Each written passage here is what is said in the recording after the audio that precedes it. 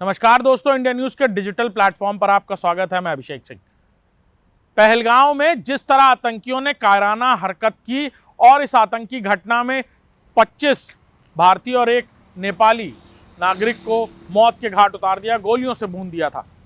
भारत ने अलग अलग तरीके के सैंक्शंस किए, लेकिन उसके बाद भारत ने मुंह तोड़ जवाब दिया। ऑपरेशन सिंदूर नाम रखा गया इस ऑपरेशन का, जिसमें पाक अधिकृत कश्मीर यानी पीओके और पाकिस्तान में बने आतंकियों के लॉन्चिंग पैड्स को मिसाइल हमले में यानी एयर स्ट्राइक करते हुए मिसाइल हमलों में निस्तो नाबूद कर दिया गया।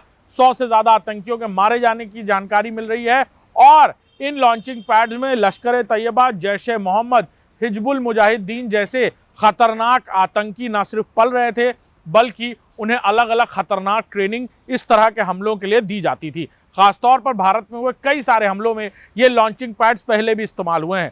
और अब भारत की इस एयर स्ट्राइक के बाद भारत के बेटे शुभम द्विवेदी, जिसे गोलियों से भून दिया गया था पहलगांव में, जो अपने परिवार के साथ कुछ खूबसूरत यादें बटोरने गया था, जिसकी पत्नी उसकी लाश के पास बैठी थी, और फिर प्रधानमंत्री नरेंद्र मोदी ने इस भावनात्मक घटना पर बहुत सारी बातें कही। इस अटैक को लेकर प्रधानमंत्री ने कहा कि भारत मुंहतोड़ जवाब देगा, और मुंहतोड़ जवाब दिया गया। ऑपरेशन का नाम ऑपरेशन सिंदूर रखा गया, जिस पर कानपुर के शुभम द्विवेदी के पिता ने न सिर्फ प्रधानमंत्री नरेंद्र मोदी का धन्यवाद किया है, बल्कि ये भी कहा है कि वो प्रधानमंत्री की तरफ से उठाए गए इस कदम के लिए न सिर्फ धन्यवाद करते हैं, बल्कि इंडियन आर्मी को भी सल्यूट करते हैं।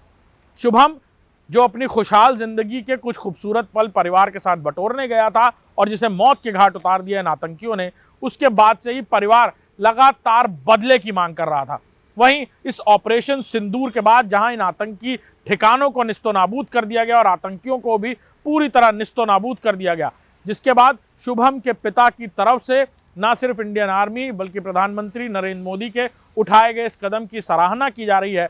और शुभम के पिता का कहना है कि अब उन्हें महसूस हो रहा है और भरोसा करने की वजह मिली है, और पूरा देश की निगाहें जिस तरह प्रधानमंत्री नरेंद्र मोदी पर टिकी हुई थी, उन्होंने न सिर्फ लोगों का विश्वास जीता है, बल्कि ये बताया है कि कैसे भारत न सिर्फ सक्षम है, बल्कि अपने ऊपर उठने वाली हर एक आंख को पूरी तरह बाहर निकालने का काम करेगा।